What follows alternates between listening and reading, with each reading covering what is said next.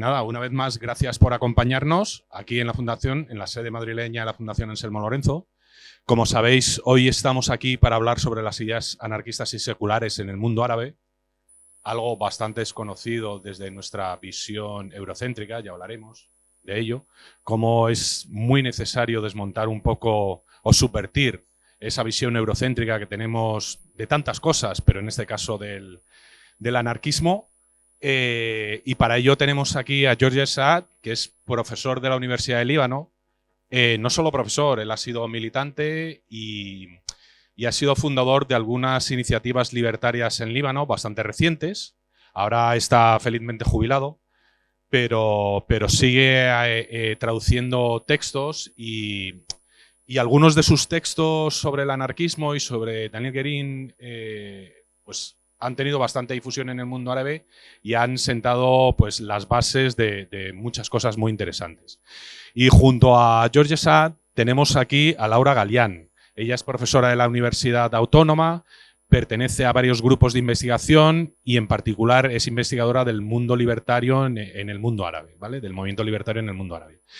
Y yo creo que es de justicia reconocer también aquí la presencia de Eduardo y Pablo, que nos van a ayudar un poquito con la traducción del francés cuando le toque a Georges, ¿vale? Entonces, nada, sin más, como vamos un pelín retrasados, les dejamos ya a ellos. Recordaros que la charla serán unos 45 minutos más o menos, vamos a ver si lo hacemos un poquito ágil, y que luego habrá un turno de palabras de una media hora, ¿vale? Si somos concisos también, pues más participación. Venga, gracias.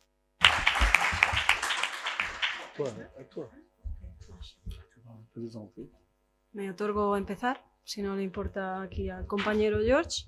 Y antes que nada, dar las gracias a la Fundación por haber acogido la charla. Yo contacté a la Fundación sin conocernos y fueron muy receptivos con la idea de que tuviéramos un diálogo sobre el anarquismo, los anarquismos en el sur del Mediterráneo.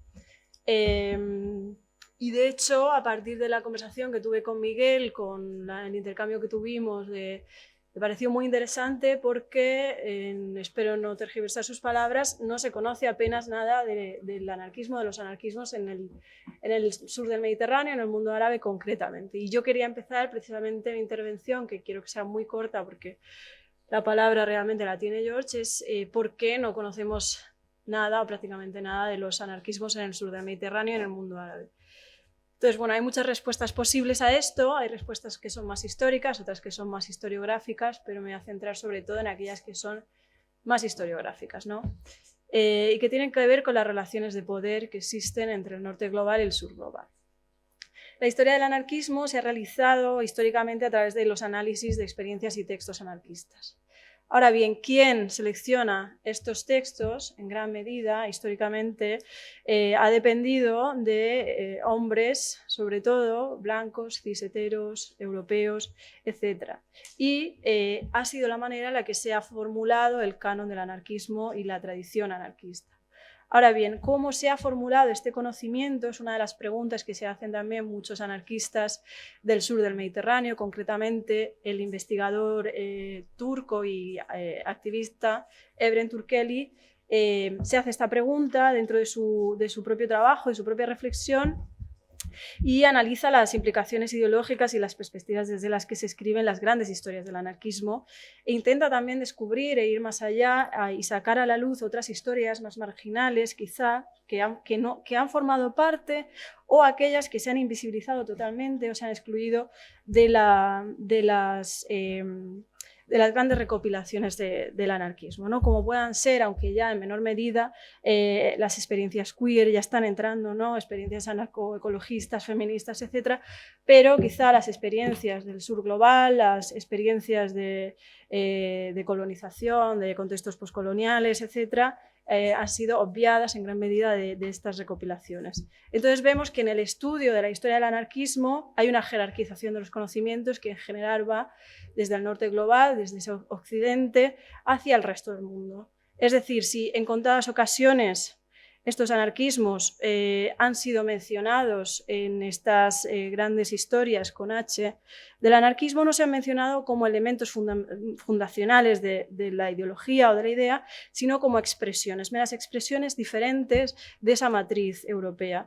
De esa manera siempre se ha entendido la historia de este anarquismo con A mayúscula como una idea que viaja desde el norte al sur, desde Italia a otros lugares, pero sin embargo cuando viaja de Italia a España nunca se ha entendido como una idea foránea, sino como una idea que formaba parte, ¿no? de una manera también de expresar, ¿no? las ideas de emancipación. Sin embargo, cuando esta idea viaja a América Latina, al mundo árabe, al sureste asiático, se considera una idea migrante, una idea importada, una idea que se adapta, una idea imitada. Dentro de este marco, que estructura afortunadamente cada vez menos la manera en que se conoce y se integran las experiencias no occidentales en el canon del anarquismo, pues a día de hoy, quizá todavía aquellas experiencias que forman parte del sur del Mediterráneo no se conozcan en gran medida y que sí se conozcan quizá más aquellas en América Latina o no sé si también las africanas, quizá porque hay alguna traducción, pero aquellas de las Indias, chinas, etcétera, todavía no forman parte de este imaginario anarquista global. Entonces, y es que hay una autora india, Maya Ramnath, que nos habla precisamente sobre cómo miramos, ¿no? Miramos al anarquismo para integrarlo dentro de este canon. Entonces, ella diferencia entre el anarquismo con A mayúscula, que es aquel que viene directamente de la tradición europea, que sigue los repertorios, digamos, de acción colectiva o que lucha en contra de las grandes represiones, ¿no? El Estado, el capitalismo, etcétera, que es aquel al que miramos para entender qué es anarquismo y qué no es anarquismo, pero ya considera que es necesario tener en cuenta también aquellas otras experiencias anarquistas con A minúscula que no ponen tanto énfasis en cuestiones ideológicas, sino en la forma en la que se prefiguran, ¿no? Estas luchas.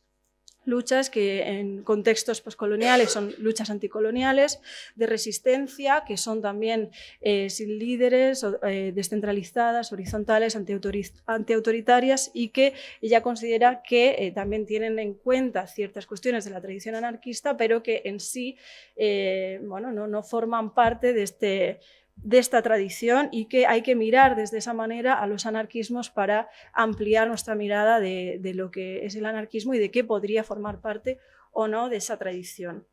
Y entendiendo un poco esta diferencia entre el anarquismo con A mayúscula y el anarquismo con A minúscula, si nos vamos al sur del Mediterráneo y empezamos esa búsqueda de experiencias anarquistas en el sur del Mediterráneo, podemos irnos a finales del 19, buscando ese anarquismo con A mayúscula, eso sí, y a ese proceso de reconfiguración del orden mundial en el que las economías se están reconfigurándose, el centro global con respecto a las periferias, y ahí es donde en los últimos coletazos del Imperio Otomano se da cuenta de que no es lo suficientemente competitivo, de que necesita mano de obra especializada para hacer una serie de reformas de las infraestructuras, en la economía, en las instituciones, y por lo tanto traen a muchísimos trabajadores europeos, sobre todo italianos,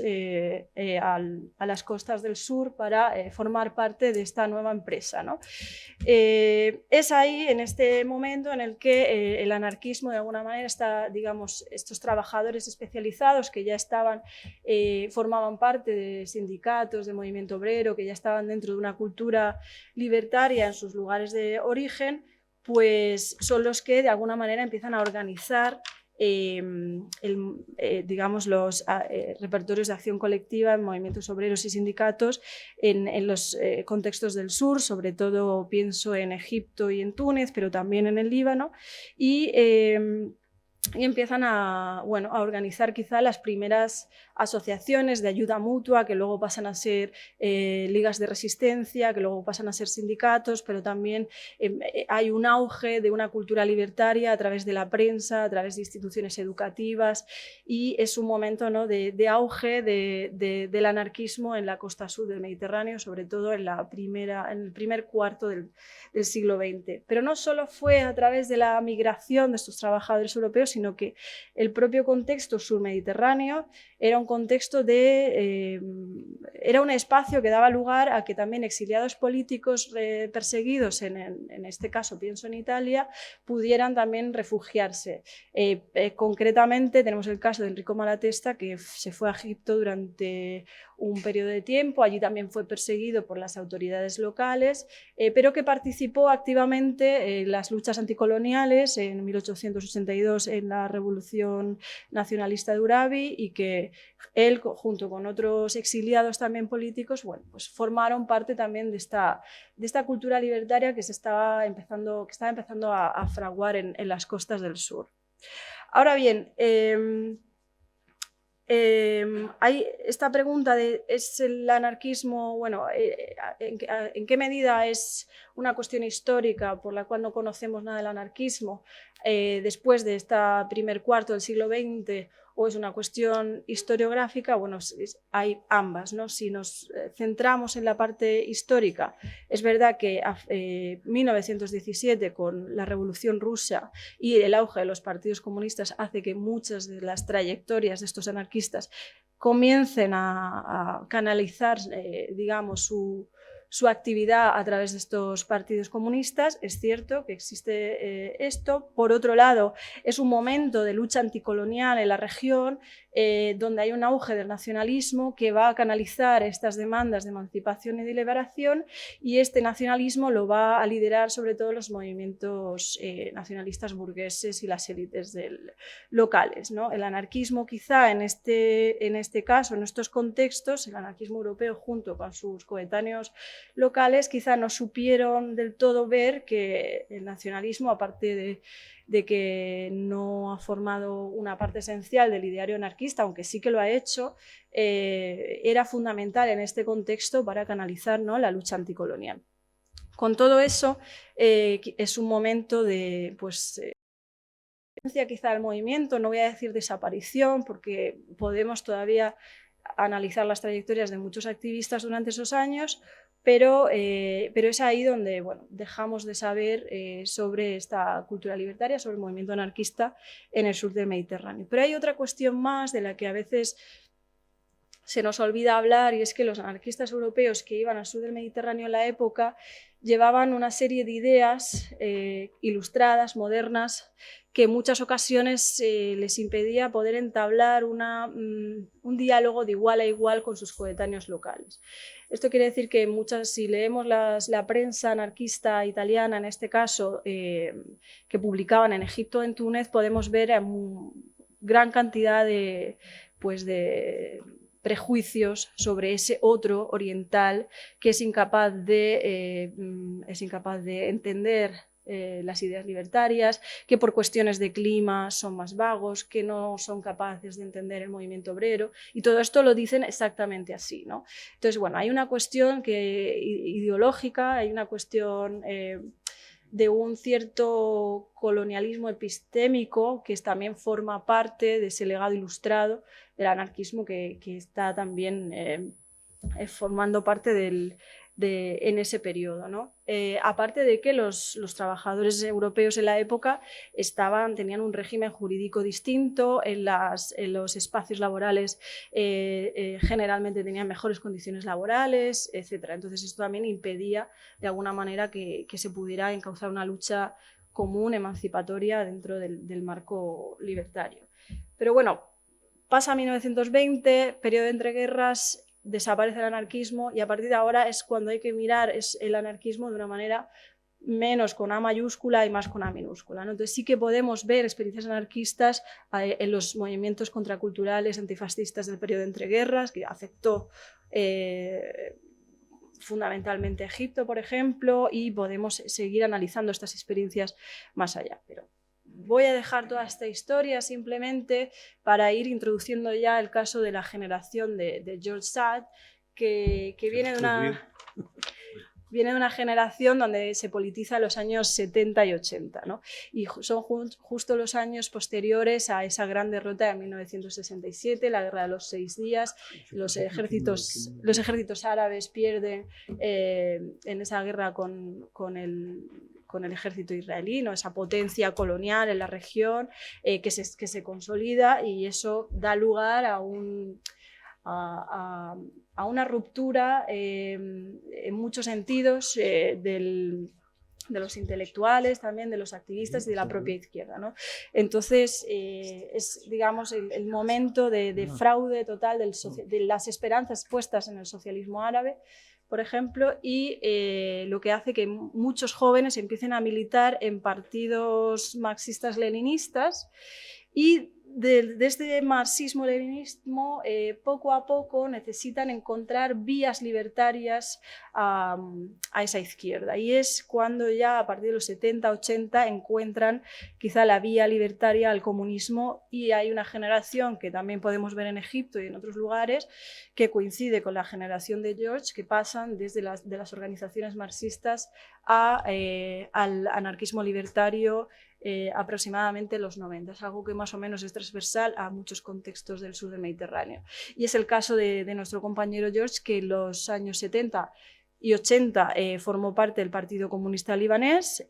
Al comienzo de la Guerra Civil Libanesa, en 1975, se va a Francia, prosigue con sus estudios de Derecho, y allí empieza a cuestionarse, a reflexionar, a entrar en contacto con ideas libertarias. De hecho, concretamente va a una exhibición donde se encuentra una imagen de Karl Marx con otra de Bakunin, y empieza un poco a repensar la figura de Bakunin, que había sido totalmente estigmatizada dentro del movimiento comunista libanés, evidentemente, y allí se pone en contacto con la organización que organiza la exhibición, que es la Unión de Trabajadores Comunistas Libertarios, que posteriormente en los años 90 se llamó la Alternativa Libertaria Francesa, y empezó a, digamos, un poco sus ideas, digamos, marxistas y comunistas empezaron un poco a confluir con las ideas libertarias, ¿no? Entonces, cuando en los años finales de los 80, creo que en el 89 o principios de los 90, él regresa al Líbano, comienza su trabajo como profesor de la Universidad del Líbano, pues allí funda el Badil al-Taharuri, que podría ser, o hasta donde yo he podido conocer, el primer colectivo, movimiento, grupo anarquista autodeclarado, eso sí, en la región surmediterránea. Y es un movimiento, fundamentalmente, él nos hablará más, intelectual, no era tanto de base, y bueno, comienzan con publicaciones, panfletos, manifiestos, y dura, yo creo que hasta aproximadamente 2008-2010. Ya en 2005 George pasa a ser el decano de la Facultad de Derecho, lo cual hace que no haya una tensión entre estar en la institución y pertenecer a una organización anarquista, y a partir de ahí, bueno, pues tuvo que cesar un poco la actividad, y poco a poco el movimiento terminó muriendo, pero sí que dio lugar a algo que es fundamental, que es la traducción de una obra, que es la obra de Daniel Gerim, del anarquismo de la teoría a la práctica, que se tradujo al árabe en el 93, y que creo que sacaron en una primera edición unas 4.000 copias, pero han sido fundamentales. Esa traducción fue fundamental porque se distribuyó por toda la cuenca sur del Mediterráneo, y a partir de ahí empezó también un comienzo de descubrimiento también del anarquismo ya en los 90 en otros contextos del mundo árabe, que si bien ya será a partir de las revoluciones de 2011 cuando emerjan gran cantidad de movimientos anarquistas autodeclarados y no autodeclarados en la región. Y bueno, ya le doy la palabra, quizá el Líbano, y creo que por eso su intervención es muy interesante e importante en este momento, quizás sea uno de los pocos contextos actuales donde todavía existen movimientos anarquistas operativos en la región. Así que sin más le doy la palabra y le agradezco su presencia con nosotras hoy. Thank you. Traduit, je traduis ce qu'elle a dit. Oui, il est très remercié à vous. J'espère qu'elle a dit que des bonnes choses sur moi. Traduit. Sí, Toi, sí, traduis. Sí, dice que espera que haya dicho solo cosas buenas de él y que nada, que empieza su traducción. Os voy a precisar antes que vamos a hacer una traducción como por trozos, ¿vale? No somos profesionales, así que también estad al loro. Y eso, como que va a decir un tochito y luego traducimos Pablo y yo. Así que nada.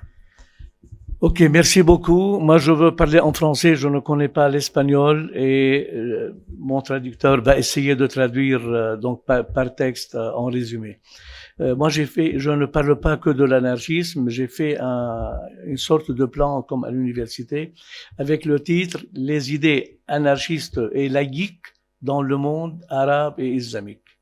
Et je vais essayer d'exposer cela dans le temps qui m'est donné. D'abord, je remercie mon amie Laura, qui elle, donc c'est grâce à elle que j'ai pu donc faire cette conférence, si vous voulez, ou cette table ronde plutôt. C'est grâce à elle, et je remercie Miguel Angel, voilà, qui a beaucoup fait aussi pour que cette rencontre ait lieu. J'ai fait deux parties très rapidement. La première, j'ai titré Anarchisme dans le monde arabo-islamique, et dans la deuxième partie, sur la laïcité dans le monde arabo-islamique. Et je vais essayer d'aller un peu rapidement. Je pense qu'elle a exposé un peu mon cheminement, parce qu'on a parlé avec Laura sur comment je suis donc dans l'ambiance anarchiste, comment j'ai épousé cette tendance. En effet, moi, je suis issu du communisme plutôt stalinien, si l'on veut. Et c'est vrai, bon, c'est en France où j'ai vu cette conciliation qui m'a beaucoup plu entre le marxisme et le bakouninisme. On traduit. Okay. Se va. Ah, oui.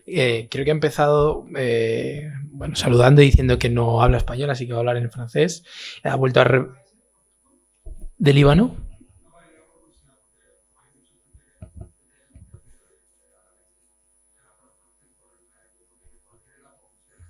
Has preguntado que de dónde es, ¿no?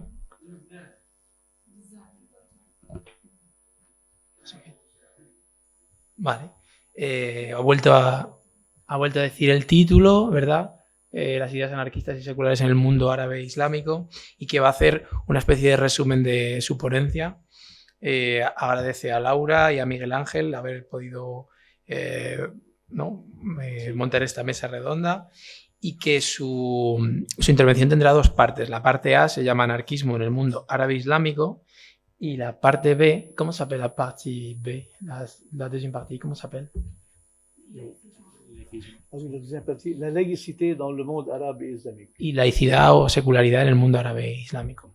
Y ha dicho también que no va a presentarse mucho porque ya Laura ha hablado bastante de su camino intelectual vital, y estaba diciendo ahora que él proviene del comunismo, stalinisme, vous avez dit? Vous venez de stalinisme? Oui. Ok. Voilà. Okay, merci. Donc, j'ai beaucoup aimé cette conciliation entre le marxisme et le bakouninisme. Donc, le marxisme anticapitaliste, anti-religieux, anti tout ce qui est inégalitaire dans la société, avec les notions essentielles dans le marxisme, à savoir le déterminisme historique, le matérialisme dialectique, etc.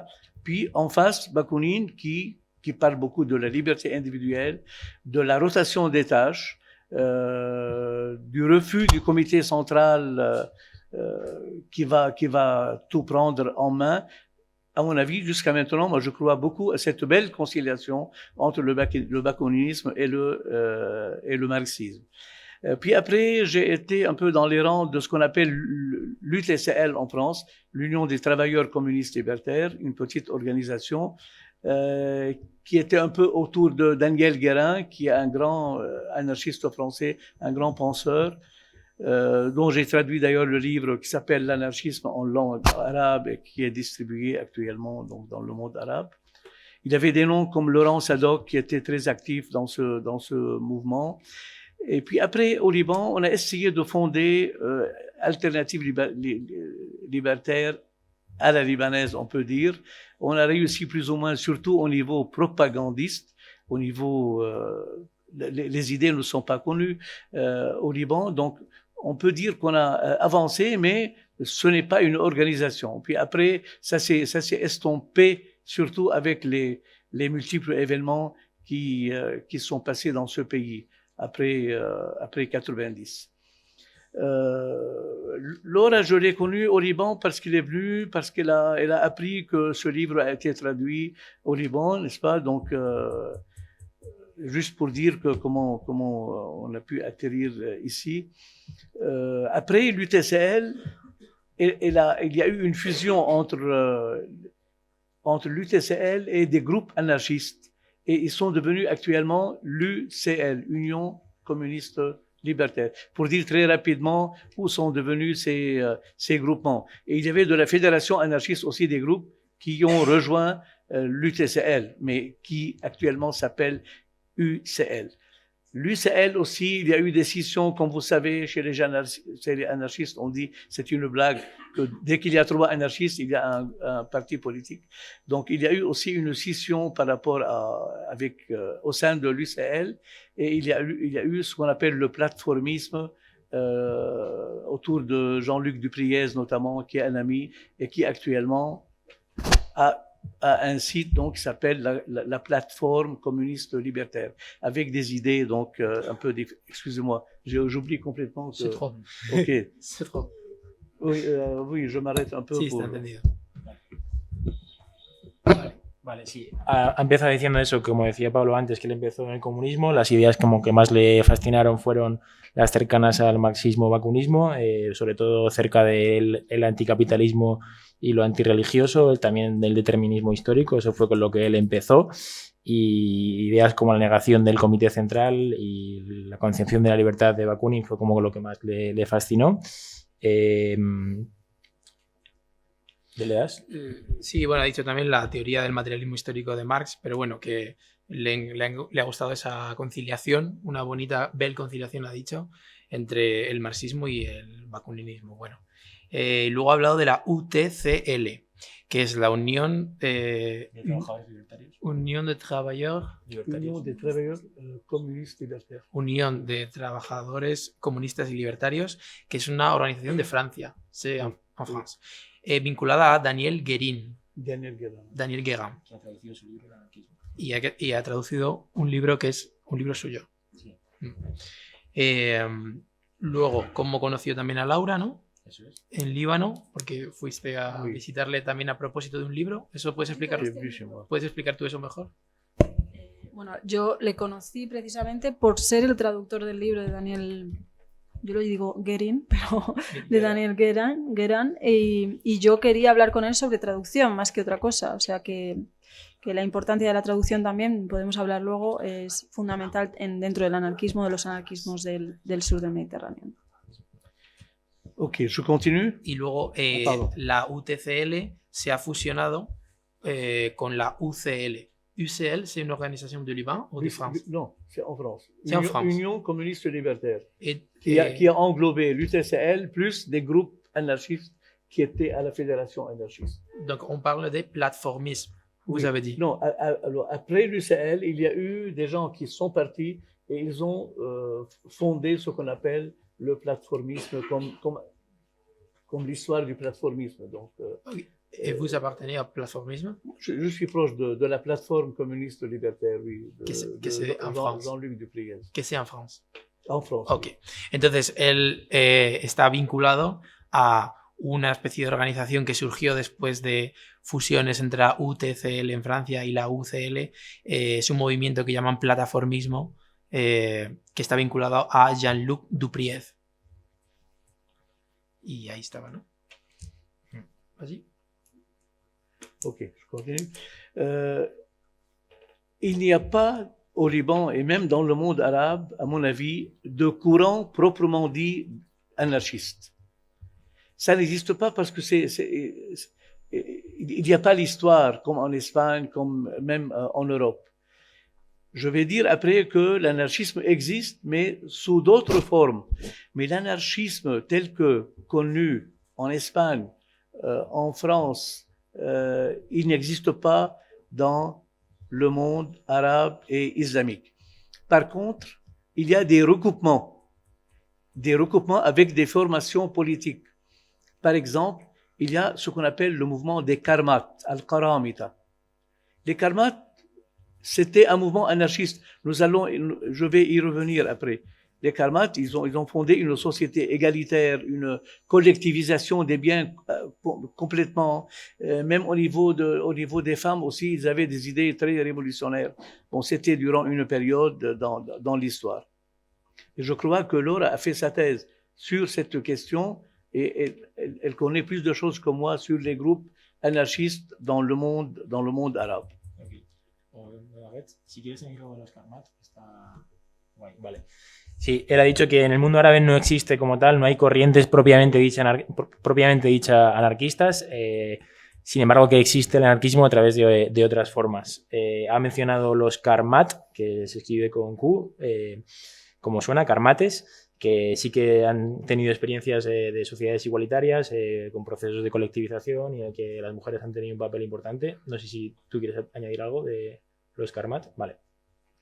Tout à fait. Donc, il n'y a pas un courant anarchiste, mais ce que je peux affirmer, moi, c'est que l'anarchisme, individuellement, il existe. Au Liban, parce que je les connais. Il existe bel et bien chez beaucoup de Libanais, des artistes, des penseurs, des professeurs, des chanteurs, etc. Donc, les idées existent et ces gens, ils sont au courant de tout, de toute l'histoire de l'anarchisme. Au niveau individuel, il n'y a pas de problème. L'anarchisme n'existe pas au niveau institutionnel, c'est tout. Okay.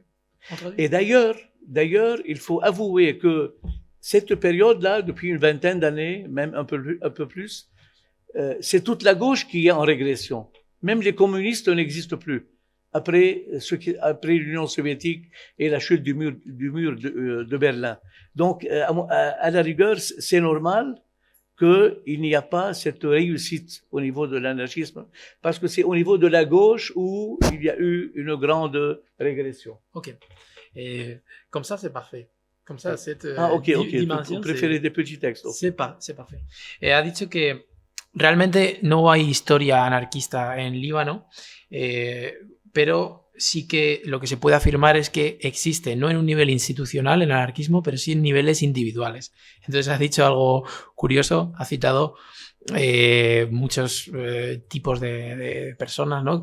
Cantantes, artistas, pensadores, intelectuales, que él puede afirmar perfectamente que conoce y que son un ejemplo vivo de anarquismo que existe real, pero en un nivel individual, no institucional, en Líbano. Y luego ha dicho que tiene que confesar que esto es así porque hubo una regresión en la izquierda política en Líbano, después de la caída del muro de Berlín o algo así. ¿Sí completa algo? L'anarchisme, pour moi, c'est la révolte. Et au Liban, le 17 octobre 2019, il y a eu une grande révolte. À mon avis, c'est une révolte qui est en bonne partie anarchiste. Pourquoi? Parce que les réclamations étaient anarchistes contre le pouvoir en place. C'est-à-dire nous sommes contre tous, sans exception. Égalité hommes-femmes, contre le système fiscal, par exemple, à la libanaise, etc. Et c'est une révolte qui était spontanée.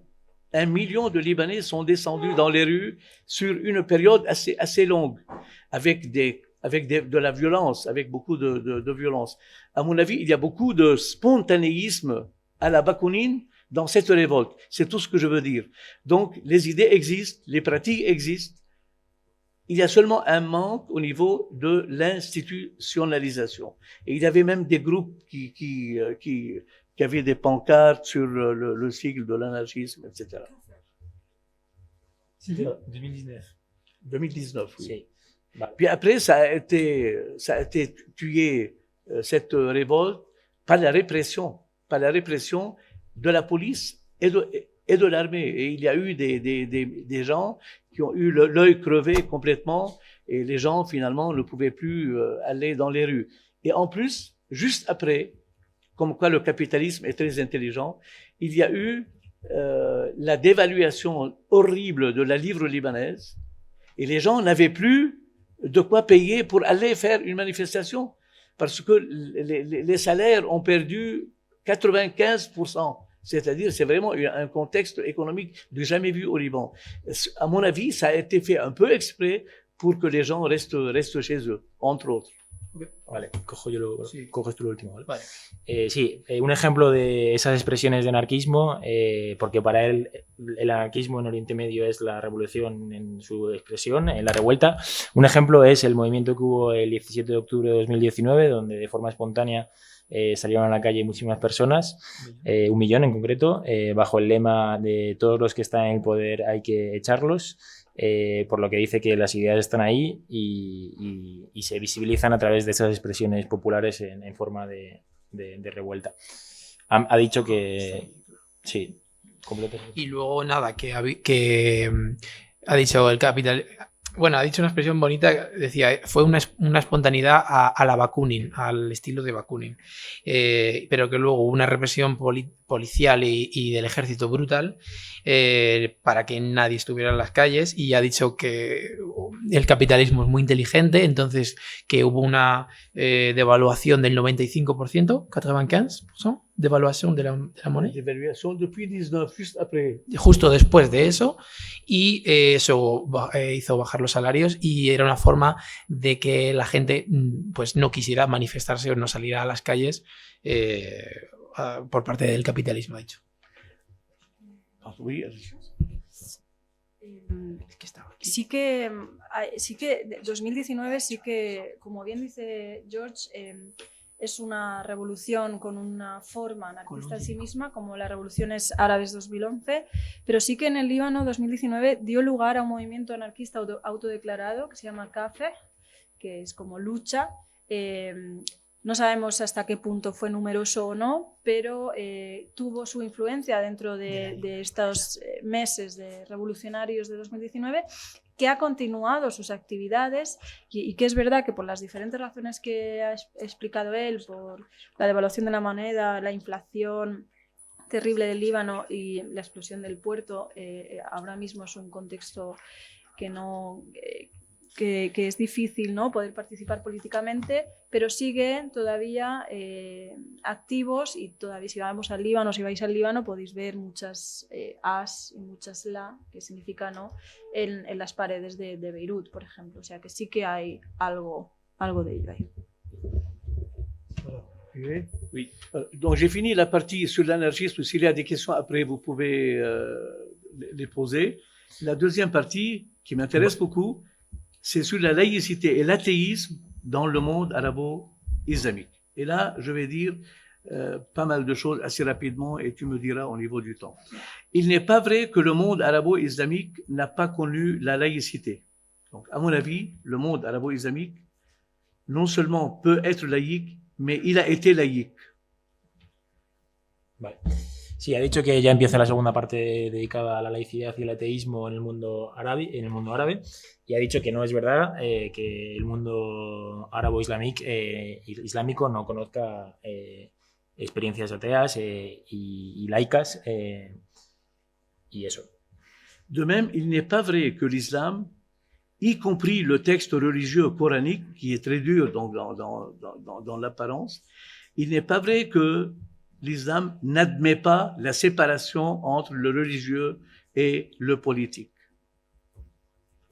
Dice que no es cierto, que la creencia así un poco extendida de que en el Islam no exista la posibilidad de separación entre dimensión religiosa y dimensión política. On prend l'exemple des Karmates, donc, au Xe siècle, vers l'Irak. C'était un mouvement très laïque. Ils étaient anti-religieux et ils avaient la réputation de révolutionnaires violents parce qu'ils s'attaquaient au pouvoir en place. Ils étaient radicaux dans leur contestation au niveau de leur réclamation sur l'égalité sociale, entre hommes et femmes notamment. Leur programme était révolutionnaire et utopiste en même temps. il prônait la redistribution des terres et la mise en commun des biens. C'est pourquoi on dit que ce sont des proto-communistes, c'est-à-dire ils étaient communistes et ils ont influencé pas mal de mouvements comme la franc-maçonnerie par exemple, qui se réclament parfois de l'expérience des karmates.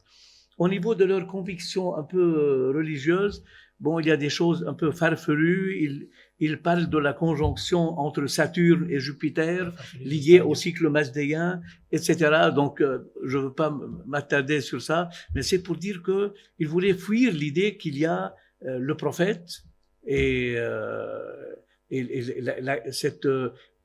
comment on dit, le Coran qui est un livre qui est descendu du ciel, etc. Ils voulaient fuir cela, les karmates. C'est pourquoi ils allaient vers des convictions tout à fait autres. Parce que ils étaient contre les convictions en place. Oui. Vale. ¿Tú lo tienes?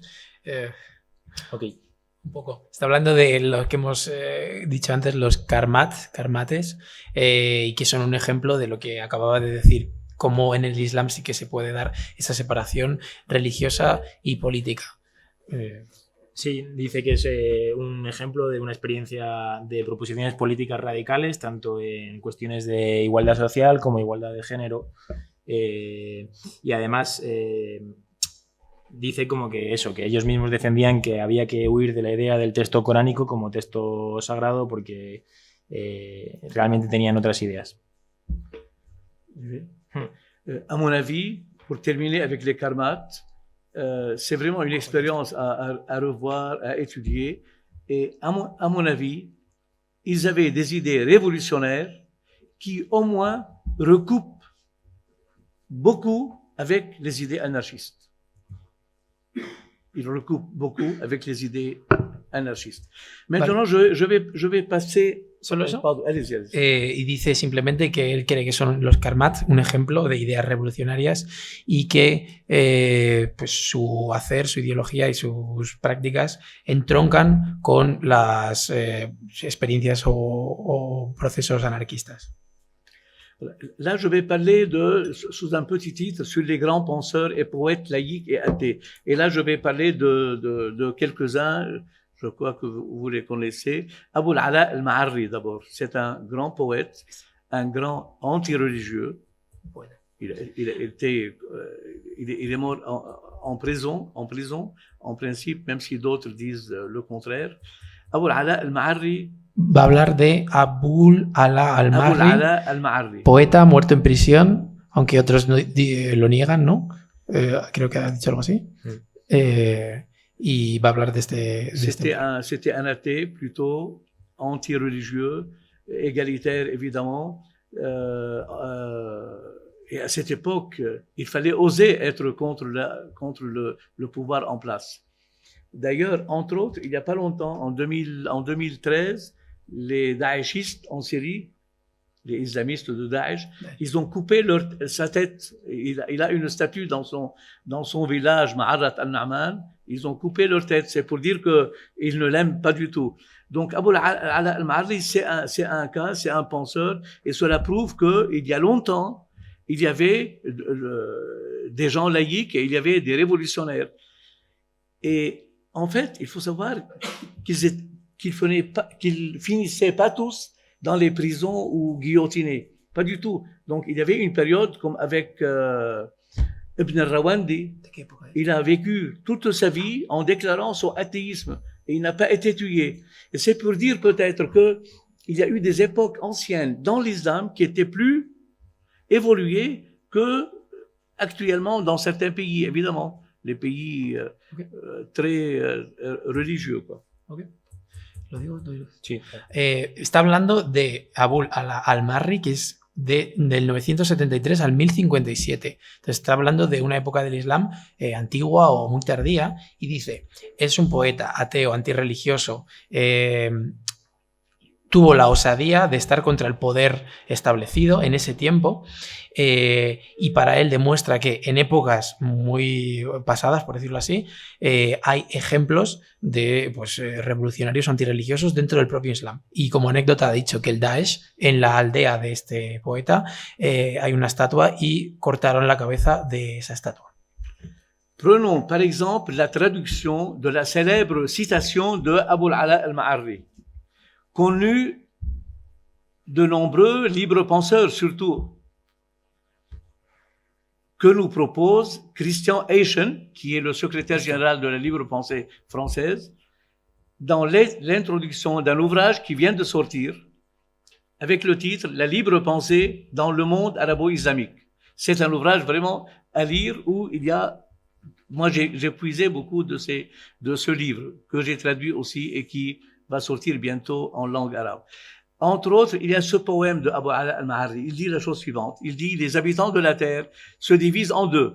Ceux qui ont un cerveau, mais pas de religion,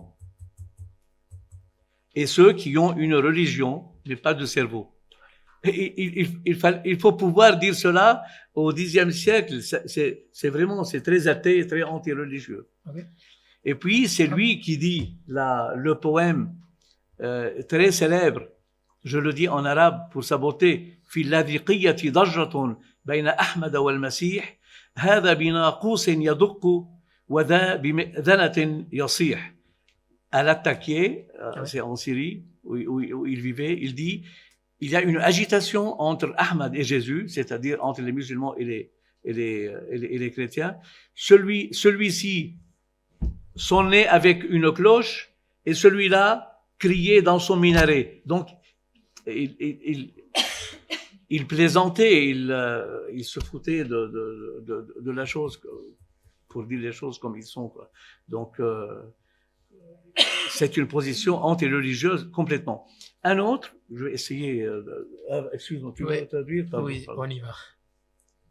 Bueno, resumimos un poco. Sí. A ver, ha dicho, tomemos como ejemplo un poema, una cita célebre de Abu Ala al-Ma'arri, perdón, que es muy conocida entre librepensadores y en la traducción que nos propone Christian Eyschen, en la introducción de su obra, El pensamiento libre en el mundo árabe islámico. Entonces, la cita de este poeta del siglo X dice, los habitantes de la tierra se dividen en dos, los que tienen un cerebro pero no tienen religión y los que tienen una religión pero no tienen cerebro. Una cita de este poeta del siglo X. Y luego, ¿quieres decir tú esto? Dale. A ver, ha citado un poema en árabe. Claro.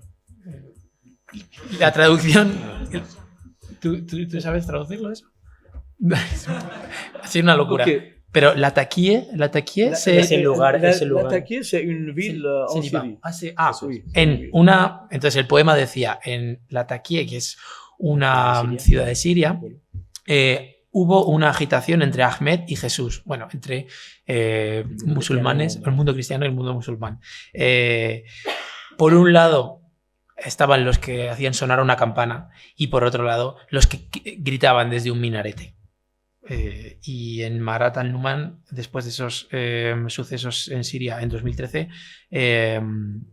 fue cuando cortaron la estatua, ¿no? Qu'il se moquait de la religion. Sí. Dans ce poème. Oui. Es un poema en el que se está riendo de la religión. Il y a Omar al-Khayyam aussi, un grand poète, athée aussi. Omar al-Khayyam, il est considéré comme l'un des grands mathématiciens et astronomes du Moyen-Âge. On parle de l'influence de Abu Ala al-Ma'arri sur Abu Khayyam. Certains auteurs disent qu'il y a eu influence, d'autres non. Omar al-Khayyam personnifie très bien le vieil Iran, en chantant l'amour et le vin avec la gaieté du libertin. Omar al-Khayyam, il vivait dans l'Iran. L'Iran n'était pas du tout celui de Khomeini actuellement. Dans l'Iran, il y avait une période très joyeuse, comme en Andalousie ici, le vin était partout, etc. Donc, c'est pour dire que Omar Khayyam était très ouvert, était libertin, était anti-religieux, évidemment, etc. Critiquant Dieu, Omar al-Khayyam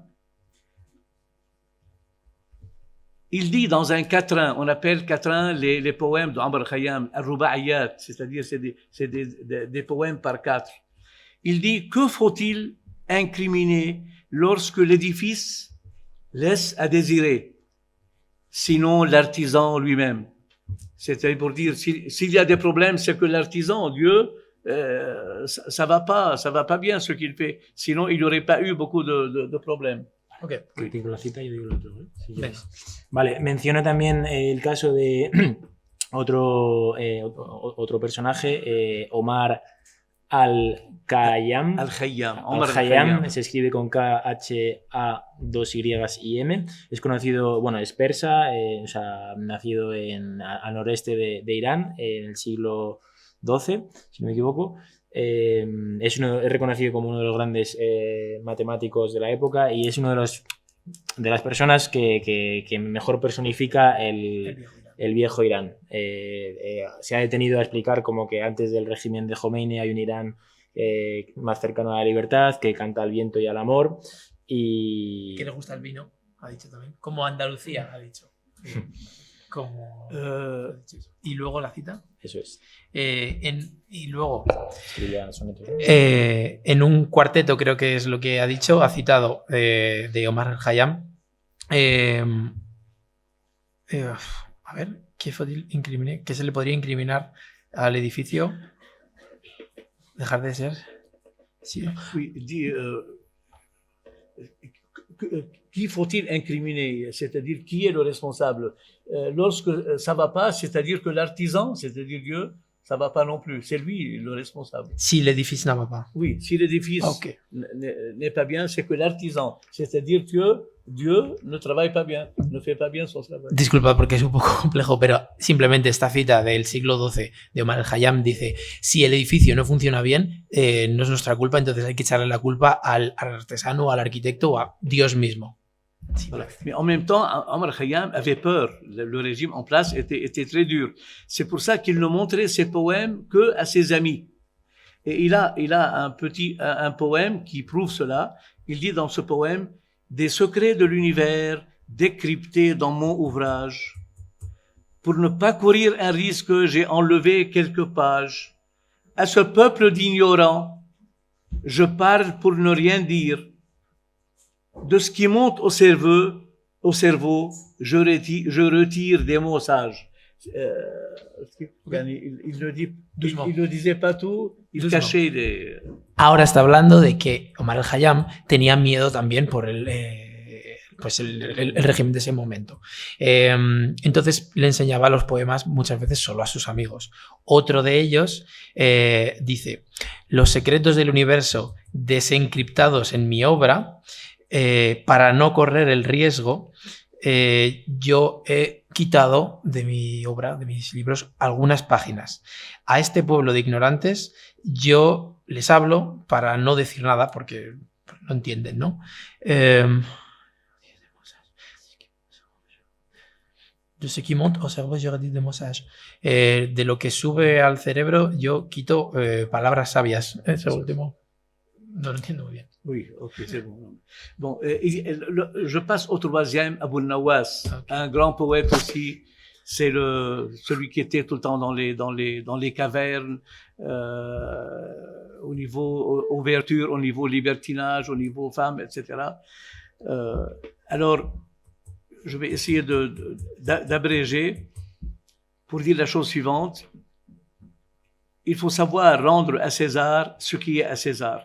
La poésie amoureuse est une tradition arabe présente au Grand Maghreb, au Moyen-Orient et en Iran. Elle est souvent liée à la musique et donc chantée. C'est-à-dire, pendant cette période, les chanteurs étaient arabes. La poésie, comment on dit, el ghazal, la poésie donc au niveau de l'amour des femmes, etc. Il était arabe, d'ailleurs, vous le connaissez ici, les troubadours, les troubadours espagnols, entre autres, etc. Donc, l'amour passe pour être un sentiment né en Occident au XIIe siècle. Mais ce n'est pas vrai. La poésie anti-islamique du VIe siècle, apparue un siècle avant l'islam, parlait de Ghazal et prouve l'existence de cet art chez les Bédouins, même avant l'islam. C'est juste pour dire cela. C'est vrai qu'il faut voir toutes ces réalités. Je termine ici pour dire, il est donc amusant de noter, face à la vague anti-islamiste délirante actuellement, donc ça c'est important, il est donc amusant de noter, face à la vague anti-islamiste délirante que nous subissons de nos jours, que la poésie arabe bédouine est à l'évidence à l'origine du madrigal des troubadours en Espagne, en France, en Sicile et au Portugal. Okay. Okay. Básicamente no aquí. Sí, pero va a hablar de un tercer poeta, Abu Nuwas. Y antes ha querido decir que va a abreviar y que hay que dar al César lo que es del César. Entonces ha hecho una pequeña aclaración sobre la poesía amorosa. Y ha dicho que la poesía amorosa es una tradición árabe. Que está presente en el Magreb, en el Medio Oriente, en Irán, y que solía estar ligada al canto.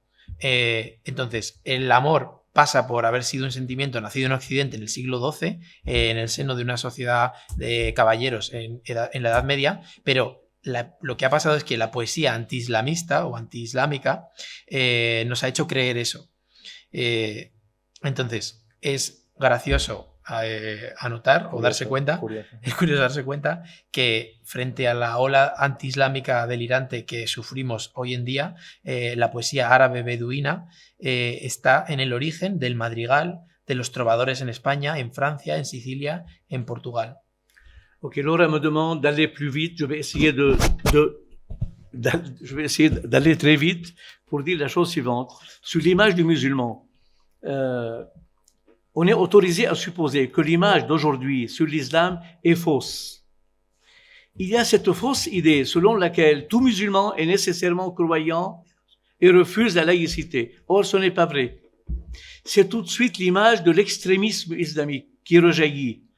Or, les extrémistes musulmans, version Daesh, à mon avis, sont une toute petite minorité dans cet immense océan de musulmans.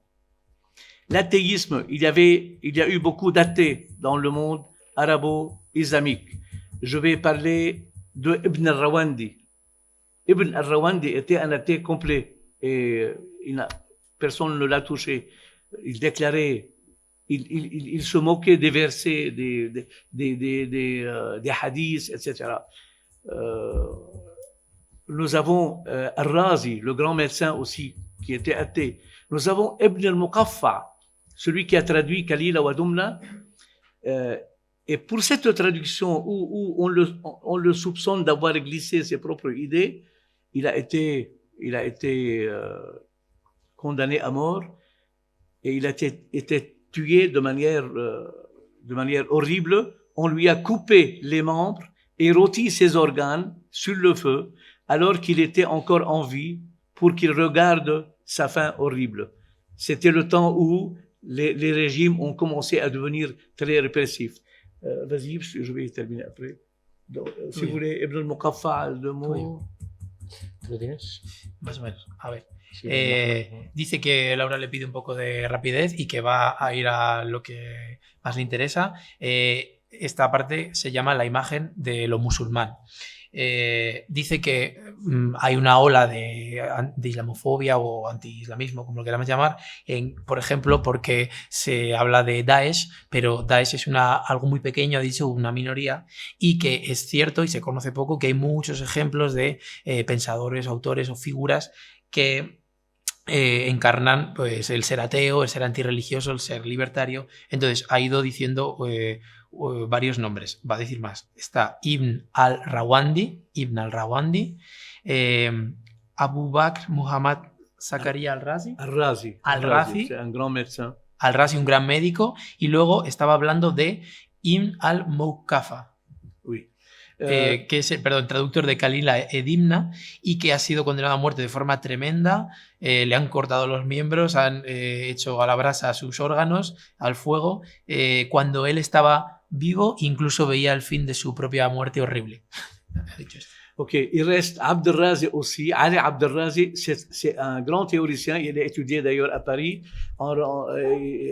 C'était au XXe siècle. Ali Abdelrazak, c'est celui qui a fait un livre qui s'appelle Les fondements de l'islam, où il a montré que la séparation entre le religieux et le politique est tout à fait possible dans l'islam.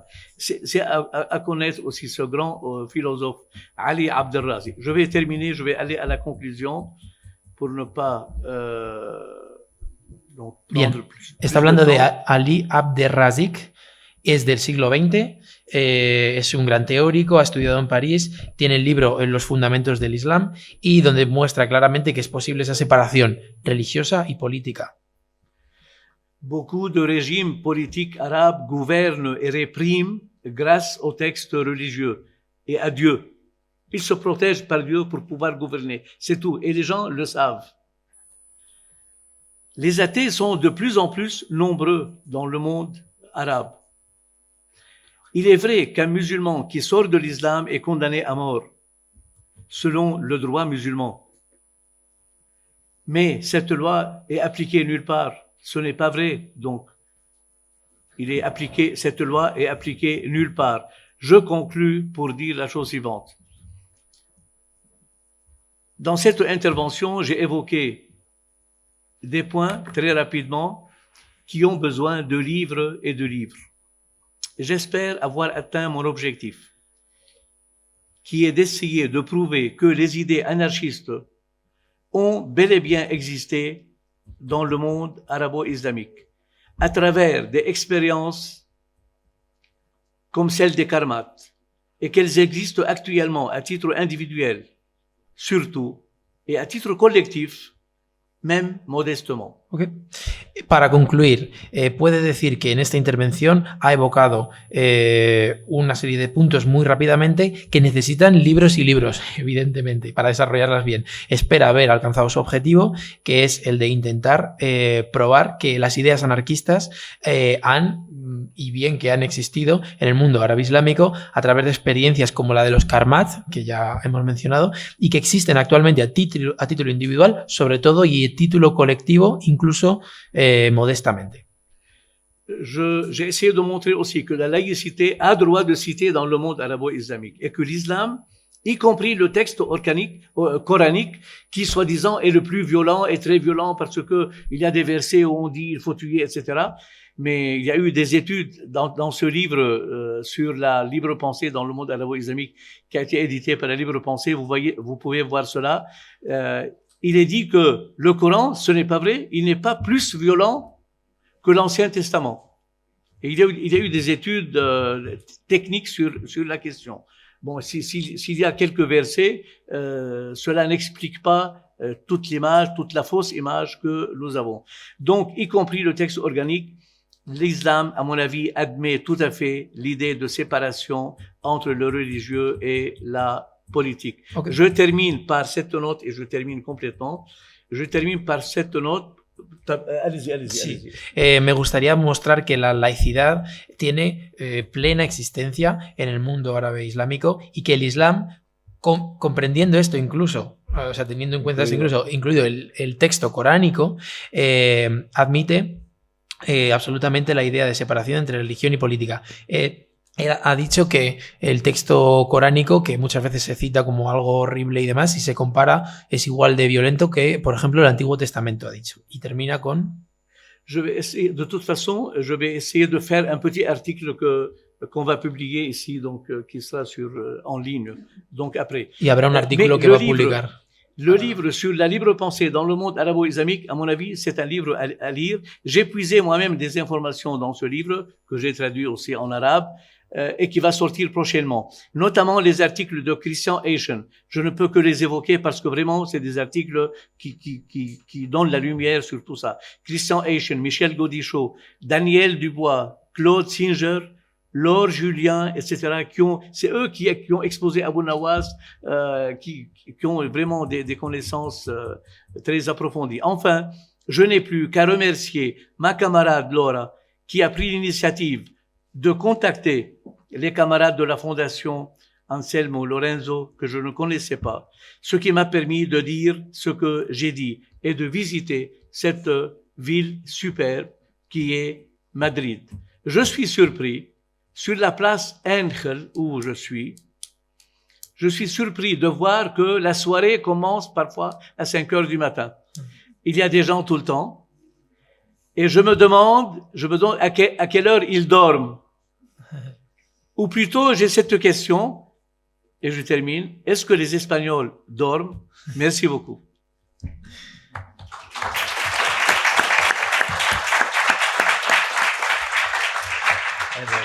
Vale. ¿Quel est l'auteur de La libre pensée dans le monde arabe islamique? C'est l'association La Libre Pensée française. Libre? Oui, la Fédération nationale de la libre pensée en France. C'est eux qui ont édité ce livre qui s'appelle La libre pensée dans le monde arabo-islamique. Ok. Entonces acaba con una recomendación y con algo muy divertido. Dice, otro libro muy importante acaba de ser publicado y que todos lo anotéis porque es muy interesante. El libre pensamiento en el mundo árabe islámico. Lo ha publicado la Fundación Libre Pensamiento francés. Sí. Ok. Y luego... él ha investigado muchísimas informaciones sobre este libro y ha traducido en árabe y va a salir dentro de poco. Entonces recomienda sobre todo artículos de Christian Eichen, Michel Godichot, Daniel Dubois, Claude Singer, Laure Julian y podría seguir y seguir. Entonces no tiene más que dar las gracias a Laura, que ha tomado la iniciativa de contactar a sus camaradas de la Fundación Anselmo Lorenzo y que nunca había estado y le ha encantado. Lo que le ha permitido decir y le ha permitido visitar una de las villas más maravillosas del mundo y está sorprendido. Él está en la Plaza Ángel. ¿Engel? Es donde está ahora residiendo. ¿Dónde está la plaza? À côté de la Plaza Santa Ana. Vale, al lado de la Plaza Santa Ana está la Plaza Engel. Ángel es. Del Ángel, claro. Vale, claro, es que lo ha puesto en alemán. Engels. Y dice que ve constantemente a las gentes comenzando la soirée, ¿no? La fiesta a las 5 de la mañana. Entonces dice, ¿a qué hora se van a dormir? O incluso afinando más la pregunta, ¿es que los españoles duermen alguna vez? Y con eso cierra y agradece. Bueno, sobre la pregunta de cómo podemos romper esa mirada eurocéntrica, igual podemos discutir ambos y estoy segura de que tendremos muchas diferencias. Lo cual siempre es bueno. Sobre el encuentro anarquista mediterráneo que tuvo lugar en 2015, tuvo lugar dentro del marco del foro social. Se utilizó esa estructura para tener un encuentro anarquista y que no hubiera problemas de fronteras, etcétera, etcétera, entre activistas de diferentes países. Y fue un encuentro que quisieron los anarquistas tunecinos, los diferentes grupos y colectivos que habían surgido a partir de 2011 en Túnez, pero que fue auspiciado y que fue financiado por la CNT francesa. Y eso es importante decirlo por la influencia del anarquismo francés en todo el norte de África y el sur del Mediterráneo, como hemos visto, y cómo eso también perpetúa ciertas relaciones de poder y ciertas relaciones colonialistas entre los diferentes anarquismos. Entonces, ¿quién participó de ese encuentro? Tenía evidentemente que estar dentro del marco de qué es el anarquismo de la CNT francesa, ¿no? Y aunque tenía el propósito de digamos, recoger a los anarquismos que habían surgido, sobre todo en el sur del Mediterráneo, Egipto y Túnez principalmente, pero otros muchos, finalmente el encuentro fue entre tunecinos, no todos autodeclarados anarquistas, pero sí que formaban parte del movimiento revolucionario. Yo recuerdo un argelino. Los anarquistas egipcios no pudieron formar parte del encuentro porque ya había un proceso contrarrevolucionario que les impedía por razones de seguridad venir, y sobre todo había anarquistas europeos de las grandes organizaciones tradicionales como la CNT española, la CGT, la CNT francesa, también italiana, etc. Y muchos anarquistas también a nivel individualistas de todo el norte de Europa. Entonces, en ese momento, en el diálogo que se estableció entre... o sea, ya desde el inicio, la idea de cuál era el objetivo, de por qué estamos aquí, ya había discrepancias, no sabían bien qué estaban haciendo en ese encuentro, ¿no? Para los anarquistas del sur estaba claro que estaban dentro de un proceso revolucionario donde el anarquismo era una fuerza que podía, digamos, influir y continuar el proceso revolucionario independientemente de que tú formaras parte o no de una organización anarquista, de que te declararas o no así, porque ya el propio proceso era un proceso, era una experiencia que era una experiencia anarquista per se, ¿no? Mientras que para los activistas del norte del Mediterráneo estaban un poco más como queriendo crear una red de información, queriendo saber qué estaba pasando en el sur, también un poco, quizá más la parte francesa, intentando dar consejos sobre cómo hay que organizarse dentro de una organización anarquista, lo cual, bueno, ya vemos un poco cómo se establecían esas conversaciones. Entonces, la pregunta de por qué no tuvo continuación esta red anarquista mediterránea, yo creo que tiene múltiples respuestas. Quizá la primera haya sido respondida por estas discrepancias internas,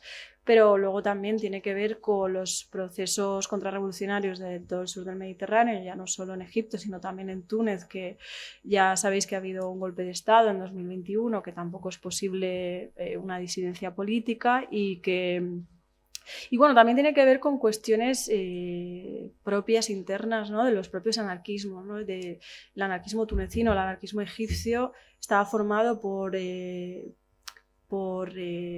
gente que se había o politizado en organizaciones marxistas muy estructuradas y muy jerárquicas, que también tenían como una influencia, digamos, de liderazgo simbólico dentro de estos anarquismos que estaban surgiendo, y por otro, jóvenes que estaban en sus 20, 30, que se habían politizado a través del proceso revolucionario, que no tenían quizá un bagaje ideológico tan estructurado, pero tenía mucha gana y mucha fuerza, y sobre todo se hacía mucho hincapié en la forma, ¿no? en la parte de descentralización y de horizontalidad y antiautoritarismo. Entonces, bueno, ahí yo creo que también ha habido una cuestión interna de estos anarquismos que por múltiples razones tampoco han tenido continuidad. Entonces, bueno, más o menos sería un poco la respuesta. Je réponds. Oui. Avant de passer la question à Monsieur Obou, je vais répondre à votre question. Et je crois qu'il a posé la question suivante. Comment on peut finir avec ce centralisme au niveau des pratiques politiques? Parce que ce centralisme existe en Europe. L'eurocentrisme, c'est très connu. À mon avis, c'est très difficile pour le moment dans le monde arabe à cause du contexte et à cause du rôle de la religion, à cause du rôle de les problèmes économiques, etc. Bon, à mon avis, il y a deux choses. Il y a qui peuvent être une ouverture. D'abord, il faut de la culture. C'est-à-dire les gens, plus ils sont ouverts aux idées de gauche, aux idées anarchistes, aux idées communistes, plus la chose va être possible au niveau du refus du centralisme. Ouais. Et d'autre part, ce qu'il faut, c'est que vous influencez vous-même, c'est-à-dire la tradition espagnole anarchiste, vous influencez ces courants dans le monde arabe et ailleurs. Parce que, à mon avis, la France a été, mes amis, mes camarades anarchistes français, ils sont très influencés par la CNT, par la CGT, par actuellement aussi les réclamations indépendantistes, etc. Et l'anarchiste, l'Espagne a beaucoup donné au niveau de l'anarchisme.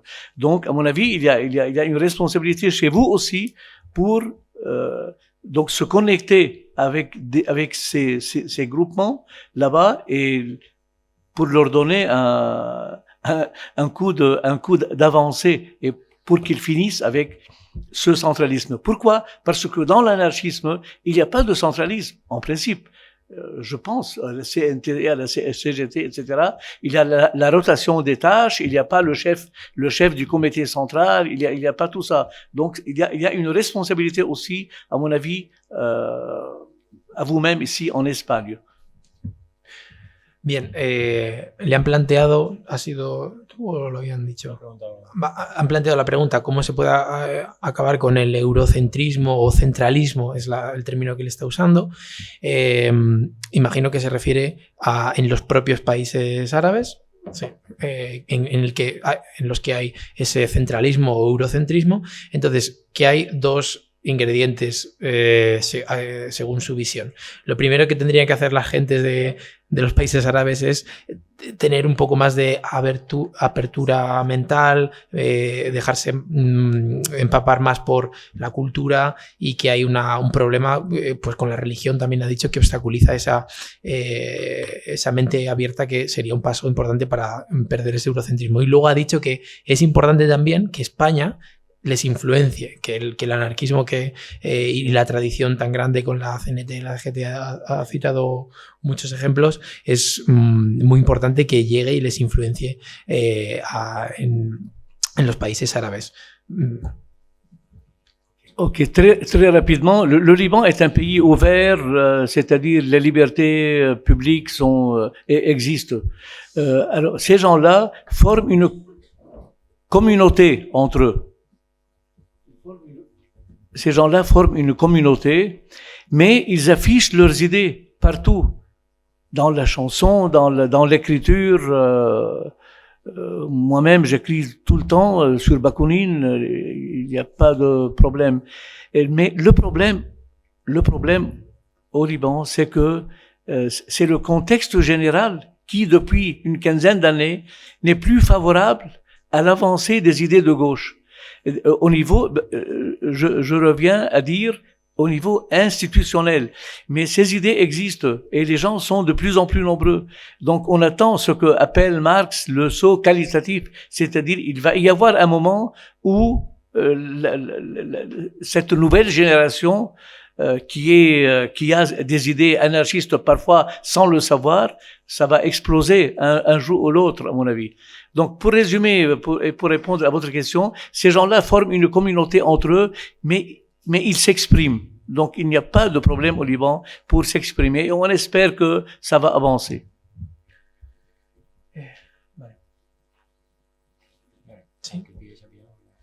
Sí, creo que el compañero se ha ido, pero lo que tenemos lo decimos. Ha dicho... Es que era una pregunta compleja y él creo que ha respondido lo que ha entendido de lo que yo he podido traducir. En Líbano existen libertades positivas reales y existen. Esta gente que son artistas, pensadores, cantantes, viven en comunidad, ha dicho. Eso, claro, habría que... crear una comunidad entre ellos. Crear una comunidad entre ellos, es lo que ha dicho. Publican sus ideas.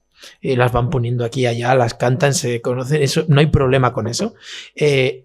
El problema que está diciendo es el contexto, que no es favorable a ideas de izquierda, pero haciendo una mención a Marx, ha dicho como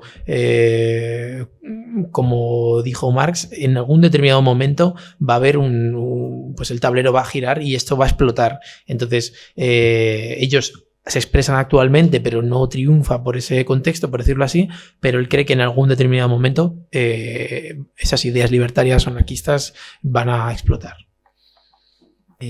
Bueno, buenas tardes, George y Laura, gracias por la exposición que habéis hecho a los dos.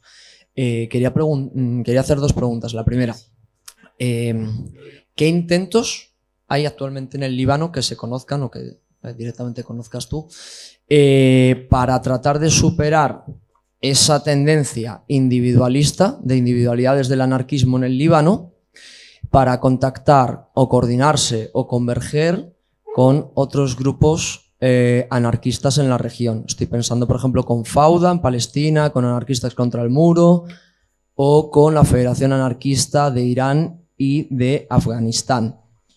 Y una segunda pregunta que sería, ¿qué postura tienen anarquistas, si se tiene alguna postura, claro, colectiva, anarquistas libaneses sobre el genocidio que está ocurriendo en Palestina? Si hacen alguna clase de lectura que vaya más allá de la clave étnica o nacionalista. ¿Qué postura tienen sobre una solución de dos estados, un estado palestino o un estado israelí? y si lo enfocan desde una perspectiva de clase o si simplemente se quedan en esa cuestión étnico-nacional. Gracias. Deux questions. Vale. Vale. Il a demandé s'il y a eu des projets au-delà de cet individualisme anarchiste au Liban. Vous avez dit qu'il y a des expériences anarchistes mais individuelles. Oui. Et il a demandé s'il y a des projets au-delà de cet individualisme et liés aux expériences comme Fauda à Palestine ou la Fédération anarchiste. Oui. Et aussi, après, il a demandé par rapport à la posture libanaise des anarchistes par rapport au conflit au conflit de Palestine. Actuellement, Oui. s'il y a une posture commune, et si cette posture, ce positionnement, c'est un positionnement des classes ou national ethnique. Vous avez compris? Oui, D'accord. je vais répondre au premier et tu me fais penser pour le deuxième. À la première question, au Liban, si vous voulez, bon, à mes connaissances, il y a eu un groupe d'anarchistes athées que je connais, c'est des amis à moi, et il y a eu nous, c'est-à-dire nous qui avons fondé ce qu'on appelle Al-Badil Al-Shuyu'i Al-Taharruri, avec pas un website, avec un blog, avec des articles réguliers sur 10 ans. Sur 10 ans, on a même présenté une candidature aux élections législatives avec des réclamations bakouniniennes complètement, juste au niveau propagandiste. Donc, c'est les seuls deux groupes que je connais. Et il n'y a pas un travail collectif, c'est surtout au niveau individuel. Pour la deuxième question, et par rapport à ce qui se passe en Israël, je ne sais pas, je n'ai pas de contact avec les anarchistes pour savoir leur opinion, mais à mon avis, la position des anarchistes comme de la gauche, à mon avis, est claire, et ça doit être cela. On est pour lutter contre Israël qui occupe la Palestine, et actuellement, on est pour une lutte pour deux États palestiniens et israéliens. Deux, on est contre cette réaction horrible israélienne contre les Palestiniens, 13 000 tués, des enfants, c'est incroyable. On ne peut pas admettre cela nullement. Ça, c'est la deuxième chose. La première chose, l'attaque de Hamas elle-même, il y a des interrogations. C'est-à-dire, cela prouve que ces gens-là, pour qu'ils aillent faire cela, il y a une occupation qui dure depuis 70 ans, c'est vrai. Mais est-ce que l'attaque en elle-même, au niveau, je dirais, tactique, est-ce qu'elle a été bonne? À mon avis, non. Elle n'a pas été bien étudiée. Sinon, il n'y aurait pas eu tous ces tués. Bon, c'était courageux de faire ça, etc. Mais en même temps, on ne peut pas faire une attaque de ce genre sans calculer les réactions, et notamment la réaction. Ils savent très bien qu'Israël est soutenu par les États-Unis à 100%. Et la preuve, c'est que maintenant, ils ont beaucoup perdu à Gaza. Je ne sais pas si c'est la question, mais en principe, la position doit être cela, quoi. C'est une position un peu dialectique qui est contre Israël, évidemment, mais des interrogations sur l'attaque de Hamas. Il ne faut jamais oublier, pour nous qui sommes athées, qui sommes communistes, anarchistes, il ne faut jamais oublier que Hamas est un mouvement intégriste, islamiste. Les femmes sont toutes voilées. Moi, je ne peux pas ne pas voir cela. Je m'excuse. Moi, il faut que je vois cela en même temps. Voilà. Excusez-moi, comment s'appelle le blog, l'association de Liban anarchiste, comment s'appelle le blog? Al-Badil Al-Shuyu'i Al-Taharruri. Alternative libertaire. Alternativa Libertaria. Et Alternativa Libertaria a un lien avec les anarchistes d'Iran, d'Afganistán, de Palestine? Non. No. Ok. Son muchas cosas, pero creo que te ha respondido con mucho detalle. Dice que Alternativa Libertaria es, ¿no?, es la asociación, el nombre que tiene una agrupación anarquista de Líbano. Es más en un nivel propagandístico. Tienen un blog desde hace muchos años, pero que no conoce vínculos con anarquistas de Afganistán, de Irán o de Palestina. Es más en este nivel, pues, de ese blog, que si quieres seguro que te puedo decir cuál es, y un nivel propagandístico. Respecto a la segunda pregunta, la postura del anarquismo libanés sobre Palestina no sabe o cree que no existe como tal de ese movimiento anarquista o como una postura así oficial o algo así, pero te ha dado ese ton avis, ¿no? Sepa la alternativa. Ok, entonces su posición es sí, luchar contra Israel, la solución de los dos estados, pero dice que es una posición más bien dialéctica. No admite las barbaridades del ataque en Gaza por parte de Israel y todo lo que estamos viendo y demás. Bien, y luego se pregunta sobre el ataque de Hamás. Simplemente dice que hay que establecer interrogantes. Se pregunta si fue tácticamente pues el más acertado, si estaba muy sopesado tácticamente, sobre todo respecto a las reacciones que podía haber después. Bien. Entonces es una posición dialéctica y de interrogantes. Y luego que no hay que olvidar que jamás, desde un punto de vista anarquista como es él, es una organización islamista, integrista, las mujeres van con el velo y son cosas que él no puede soportar o ni ver. Bueno, yo respondo también a la pregunta, si te parece. Lo que yo conozco del grupo, digamos, medio activo, medio no activo ya en el Líbano, que es Kafeh, que como mencionamos antes, empezó en 2019 con esta revolución que hubo en el Líbano y que duró unos pocos meses porque enseguida hubo represión, hubo pandemia, etcétera, etcétera, todo lo que ha seguido en el Líbano.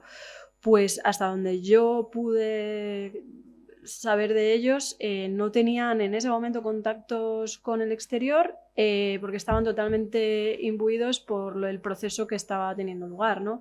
Entonces, bueno, querían darle una perspectiva anarquista libertaria a todo el proceso revolucionario del Líbano de 2019. Después, prácticamente yo no los he visto activos, ya os digo desde fuera porque no estaba en el Líbano, excepto el año pasado, pero que tampoco estaban activos, porque la sensación es que a nivel del movimiento social en el Líbano hay un apagón total, no ya solo por unas cuestiones políticas evidentes, sino porque la gente está realmente desesperada, desanimada, y no es un momento alto en ese sentido en los movimientos sociales. Que haya solidaridad de una manera menos visible, puede ser. Visible yo no la conozco. Con Fauda o Anarquistas contra el Muro, ¿no? Pero bueno, Fauda, por ejemplo, también es un movimiento muy reciente y bueno, en todo caso podía haber habido el diálogo con Kafeh, pero yo hasta donde conozco no ha habido nada.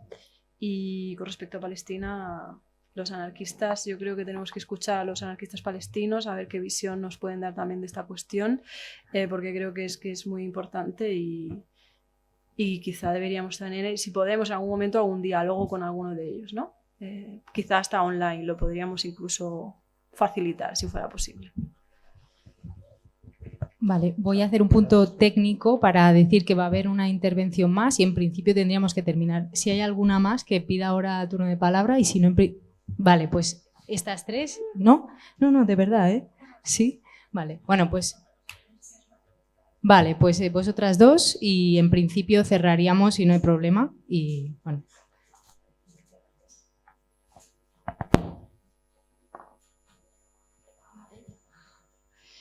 Hola, bueno, gracias.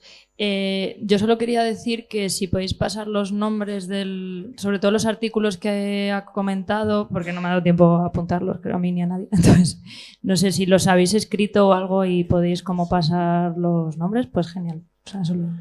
Sí, disculpad los problemas así de la traducción porque no era un cuento de hadas, había aquí muchas cosas, pero todo nombre que haya salido lo podéis anotar. Y las obras también están en el documento que él ha ido siguiendo y él se ha saltado muchas partes. O sea que cualquier cosa que realmente queráis, acercaos y apuntáis lo que queráis. Referencias tan concretas, también está el sesgo del investigador. Yo no no conozco, la verdad. Te puedo decir traducciones que se han hecho, que han sido importantes para el anarquismo árabe, de ciertos autores. Están sobre todo los clásicos, está Noam Chomsky, está Daniel Gerim, están Kropotkin, está Bakunin, pero no nada de ese calado, pero también tiene que ver con el sesgo, yo tampoco he mirado por ahí, y influencias también pues de imaginarios y de películas, ¿no? Como la V de Vendetta estuvo todo el rato muy presente y se veía todo el rato también en las revoluciones árabes, ¿no? Con este símbolo que además significa otras cosas, pero hasta ahí puedo llegar.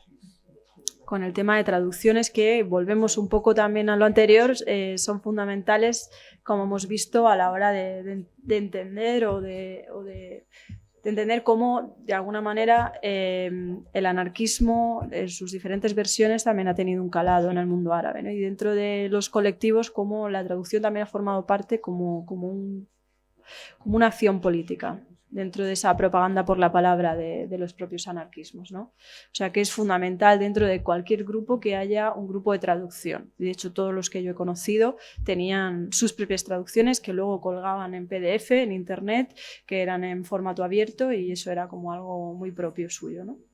Del anarquismo, pero también de otros movimientos sociales actuales, ¿no? El feminismo y de otros. Por haberle permitido la...